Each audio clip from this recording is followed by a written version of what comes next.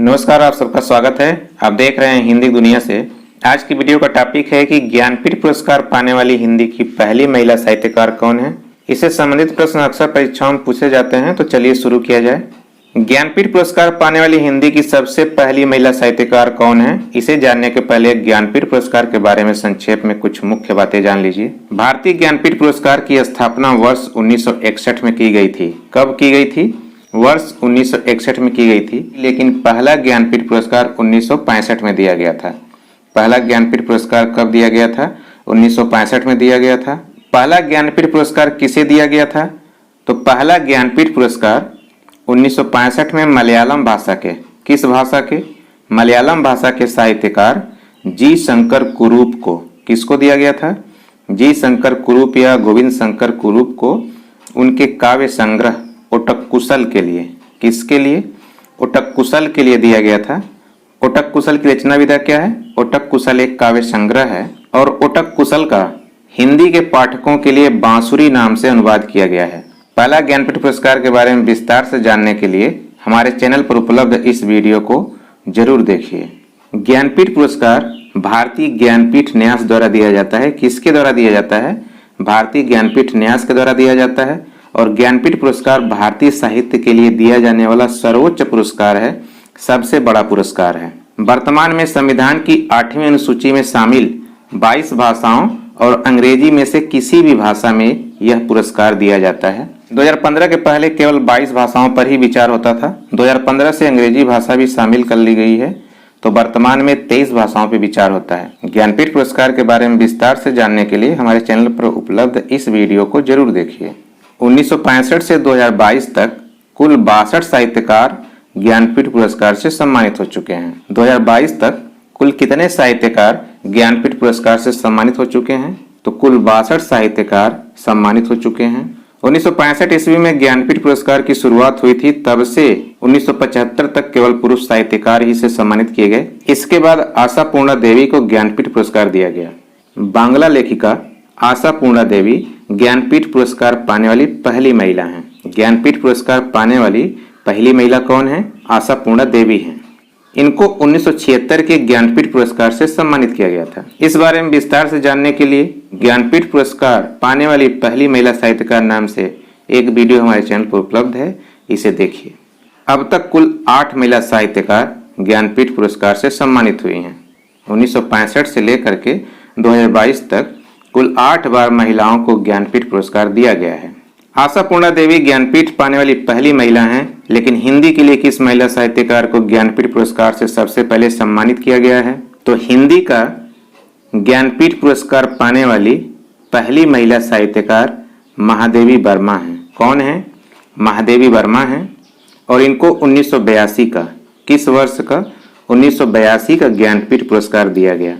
तो यह तो हो गया कि ज्ञानपीठ पाने वाली हिंदी की पहली महिला कौन है, लेकिन हिंदी के लिए किसे सबसे पहले ज्ञानपीठ मिला था? हिंदी के लिए सबसे पहला ज्ञानपीठ पुरस्कार सुमित्रानंदन पंत को उनके काव्य संग्रह चिदंबरा के लिए दिया गया था।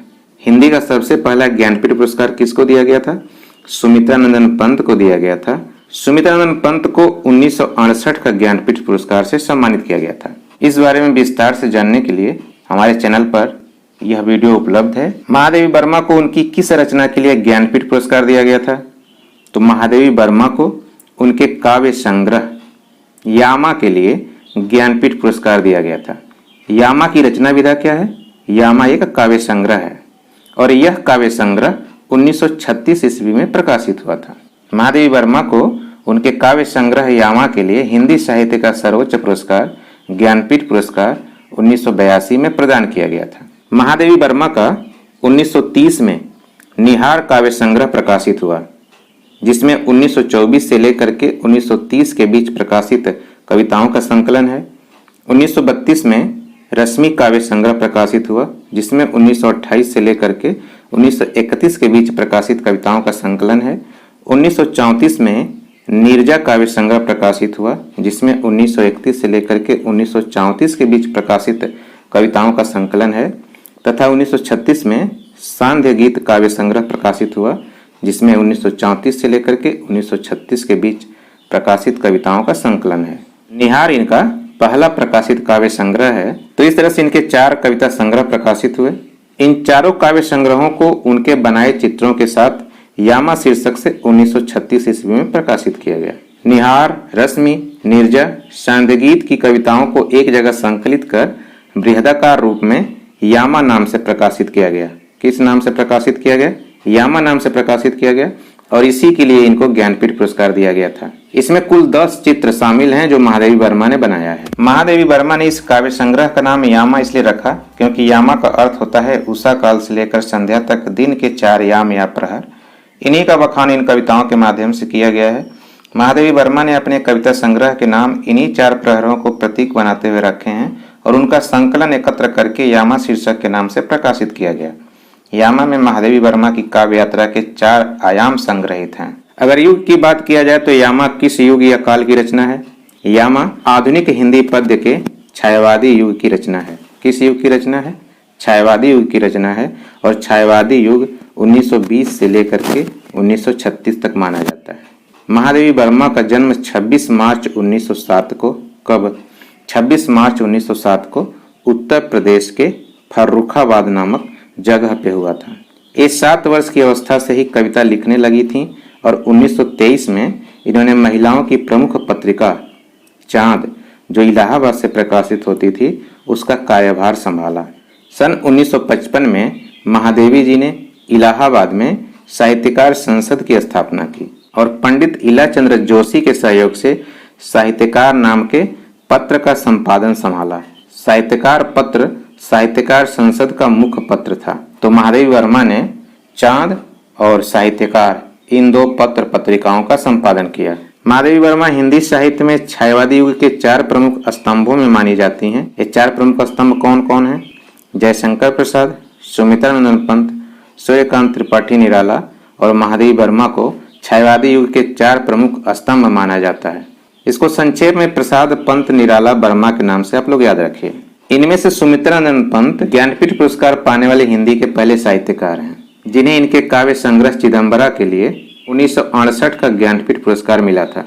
और महादेवी वर्मा ज्ञानपीठ पुरस्कार पाने वाली हिंदी की पहली महिला साहित्यकार हैं। तो सुमित्रानंद पंत हिंदी के पहले साहित्यकार हैं और महादेवी वर्मा हिंदी की प्रथम महिला साहित्यकार हैं और ये दोनों छायावादी युग के 4 प्रमुख स्तंभों में से एक हैं। सुमित्रानंद पंत को 1968 का ज्ञानपीठ मिला था और महादेवी वर्मा को 1982 का ज्ञानपीठ पुरस्कार मिला था। आधुनिक हिंदी की सबसे सशक्त कवित्रियों में से एक होने के कारण इन्हें आधुनिक मीरा के नाम से भी जाना जाता है।